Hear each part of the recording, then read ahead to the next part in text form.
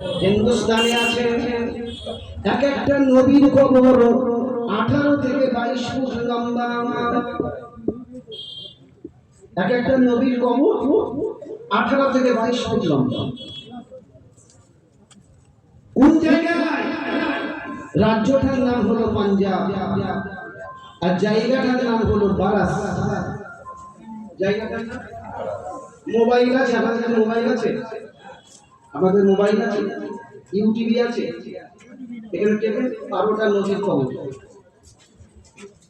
Cabin 12টা নবীর কবর দেখেন 18 থেকে 22 ফুট লম্বা।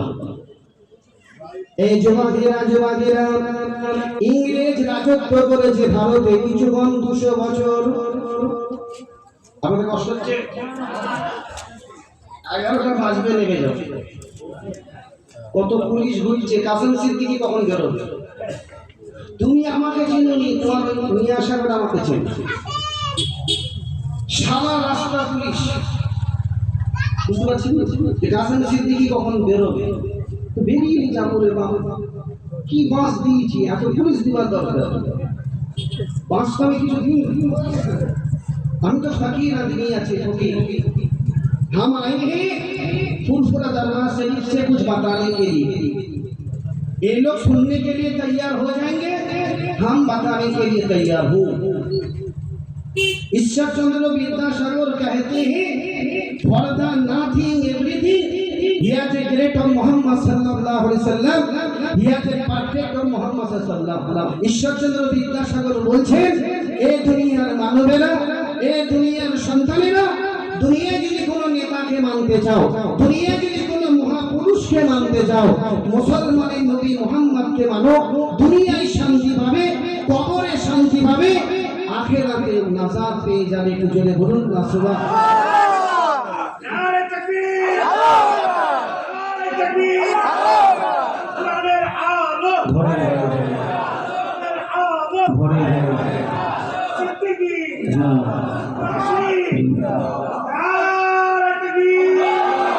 रवींद्रनाथ ठाकुर একটা কিতাব লিখেছে, কিতাবটার নাম হলো ইসলাম क्या है।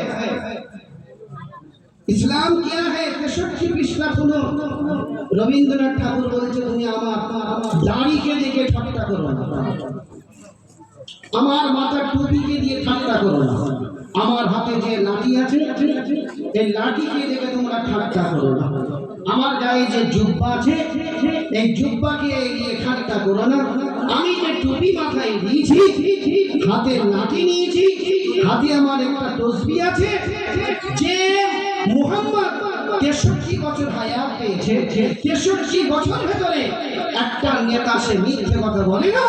সেই 63 বছর যে নেতা জীবনে একটা মিথ্যে কথা বলে না, সেই নেতাকে আমি রবীন্দ্রনাথ ঠাকুর অনুকরণ করেছি। মানা আলাদা জিনিস, মানা আলাদা আর অনুকরণ করা আলাদা জিনিস। অনেক হিন্দু ভাইরা রোজা রাখে, এটা অনুকরণ করে, যে রোজা রাখে কি বুঝাচ্ছেন? অনেক জোর রাখে, তবে একটা এসেছি আমার 1 ঘন্টা টাইম এখন চলে যাবে। তবে একটা কথা মনে রাখবেন, দুদিন কা চাঁদনি কে রাতে नहीं রাখি, দুদিনের দুনিয়া আমরা চাঁদনি রাতে রাখি। এখানে যত মানুষ বসে আছি একটু হাতটা তুলে বলেন তো কার কার কাছে আজরাইল আসবে না? একটু হাতটা তুলে দেখান দেখান। 1 জন 2 জন 3 জন 4 জন 5 জন 6 জন, আপনার কাছে আজরাইল আসবে না।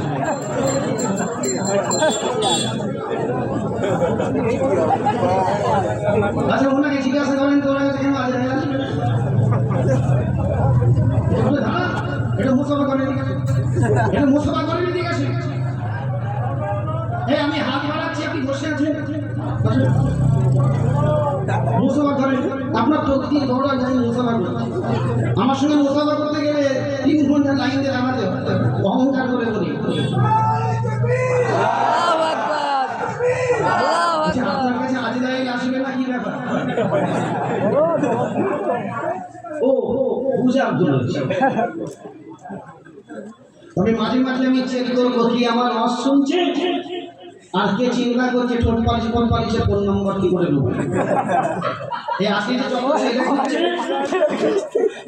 এরা অশুনতে আসেনি। তোমার বাড়িতে কেউ যাবে আর তোমার বাড়ির মেয়ের ফোন নম্বর নেই। তোমার বাড়ির মেয়ে স্বপ্ন করতে এসেছে, এতদিন স্কুলে দেখেছে, আর আজকে ওর ঘরের কাছে এসে দেখছে মালটা কেমন। আর আজকে যত মেয়ে বাজারে ঘুরছে, খোদার কসম একটা কালো নয়, সব সারা কি মেঘে যাওয়া সারা কি যে বেসন মেঘেছে সব সব। আর এই ছেলেগুলো ভুল করছে মালটা ফোন নাম্বার নেবো, লিখছিস রে ফোন নাম্বার নিবি, মানা করে নি নে, তবে পাটা দেখে ফোন নাম্বার নিবি, পাটা দেখে ফোন নাম্বার নিবি। আর না হলে শালা ছেলে কেমন করে দুটো নাতে করলে। আর বাজারে যে মেয়ে করে ওই মেয়ে কোনোদিন ভালো হয়? বাজারে যে মেয়ে ঘরে ভালো তো 14 জনকে চড়িয়ে তোমার বাজারে ও থাকে না। ধরন ধরুন যা করছে আমি চলে গেলে সব ঠিক করে দেবে।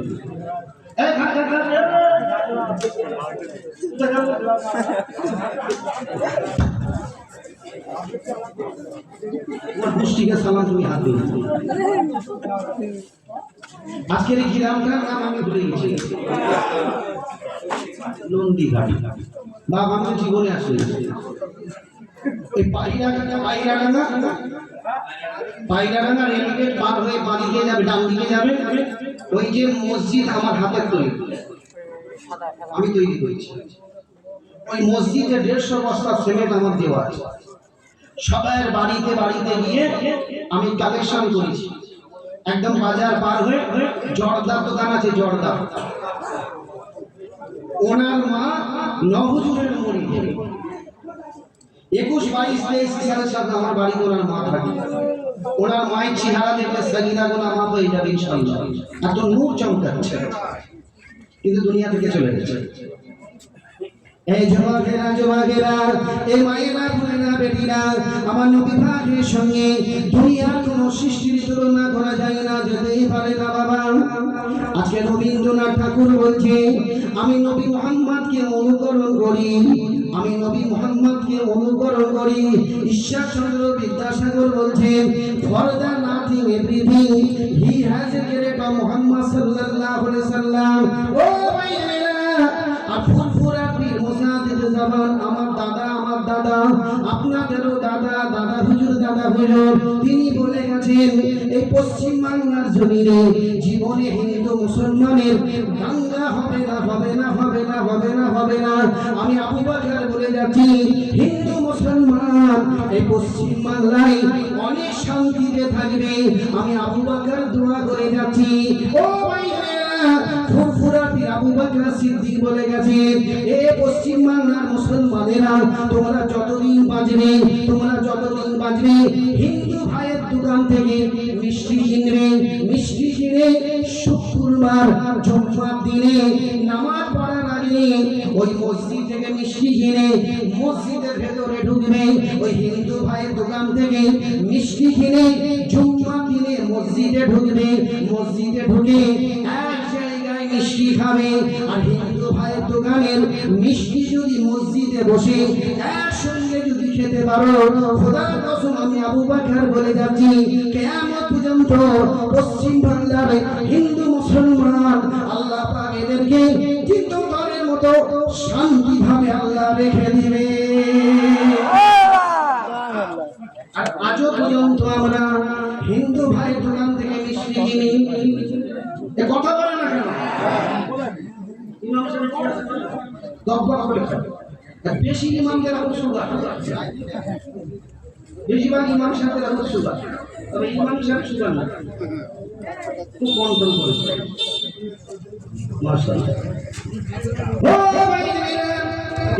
আমি বিদায় নেবো, চলে যাব, তাই আপনাদের হাত ধরে বলি এই হিন্দুস্তানের জীবনে এ যুবকেরা হিন্দুস্তানের মুসলমানদের উপরে কার নজর আছে?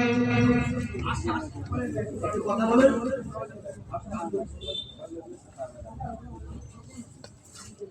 আমাদের কষ্ট হচ্ছে, শেষ করতে দেবো?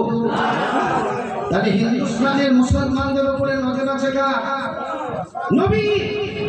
তাহলে বলেন, নবীর যদি নজর হিন্দুস্তানের মুসলমানদের উপরে থাকে, তার আল্লাহ পাকের নজর আমাদের উপরে আছে না নাই? এই হাত তুলে বলেন, আছে না নাই? আর যতদিন আল্লাহর নজর থাকবে, কোন নেতা একা আমাদের ক্ষতি করতে পারবে না। এই যুবকেরা ব্রিটিশ রাজত্ব করেছে হিন্দুস্তানে কিছুক্ষণ 200 বছর। ওই ব্রিটিশ এত মুসলমানদের উপর অত্যাচার করেছিল, মুসলমানদের উপরে জুলুম করেছিল, মুসলমানদের মসজিদে তালা মেরে দিয়েছিল, আজান দিতে দেয় না, ইমামগুলোকে পিটিয়ে মেরেছে, মসজিদের জায়গা, মাদ্রাসার জায়গা, ঈদগাহের জায়গা, কবরস্থানের জায়গা জোর জবরদস্তি দখল করত ব্রিটিশ। এই যুবকেরা ওরা বলেছিল হিন্দুস্তানে মুসলমান থাকবে না।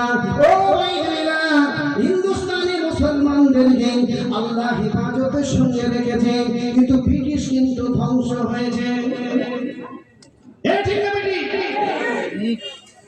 কংগ্রেস রাজত্ব করেছে ভারতে, এত মুসলমানদের উপর অত্যাচার করেছিল, অত্যাচার করতে করতে বাবরি মসজিদে তালাটা খুলে দিল। এত অত্যাচার করেছিল, কিন্তু মুসলমানকে ধ্বংস করতে পারে না, আল্লাহ পাক ওদেরকে ধ্বংস করেছে। এই যুবকেরা, এই মায়েরা, বোনেরা, বেটিরা, তাই আপনাদের হাত ধরে বলি, যতদিন বাঁচবেন নবী ছাড়া কোনো উপায় নাই। যতদিন বাঁচবেন নবী আপনার সামনে করতে হবে, করবেন না?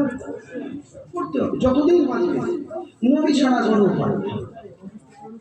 এই যুবকেরা, আমার আল্লাহ পাক নবীকে সবথেকে বেশি ভালোবেসেছেন।